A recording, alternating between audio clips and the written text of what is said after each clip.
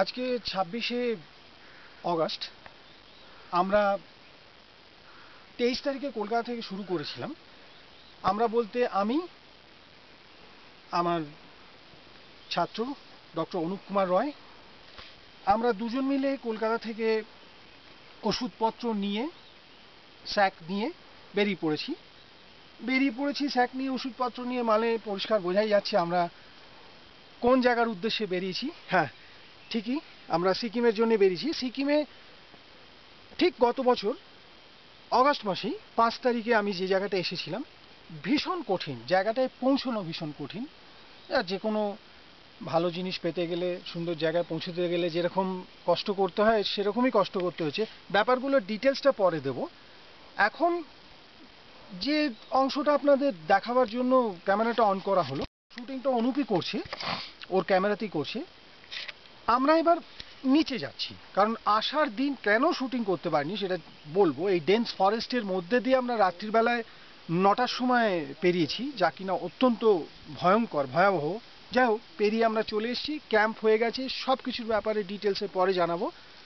আপাতত একটুখানি রাস্তাটা এবং চারপাশটা দেখাবো। আমরা যে জায়গাটায় রয়েছি, আমরা যে জায়গা দিয়ে নেবে এসেছি একবার পেছনে দেখিনি। আমাদের সঙ্গে দুজন লামা রয়েছেন।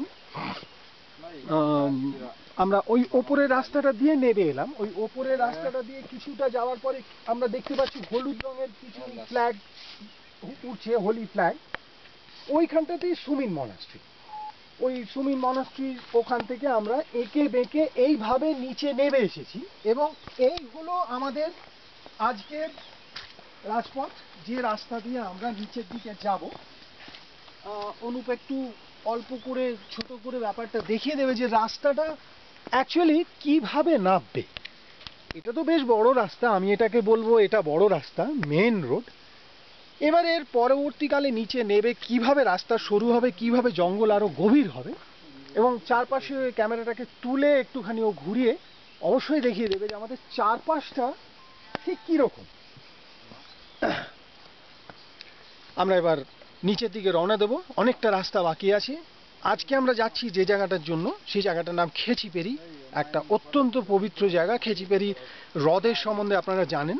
খেচিপেরি লেক ভীষণ হোলি লেক। সেই লেক, যে লেকের জলে নাকি একটা পাতাও পড়ে না, পাখি এসে তুলে নিয়ে যায়। আমাদের নিজেদের কাছে তার প্রমাণ আছে। আমার বন্ধু স্ত্রী সেই জলে পাতা ফেলেছিল, পাখি এসে তুলে নিয়ে গেছে। সেই লেক আপনাদের দেখাবো।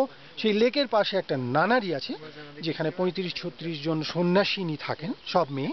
আমরা আজ যাচ্ছি তাদেরকে একটু সেবা করতে। তাদেরকে আমরা ওখানে ক্যাম্প করে দেবো, ওষুধপত্র দেবো, সব কিছু লাইভ রেকর্ডিং দেখাতে দেখাতে যাবো।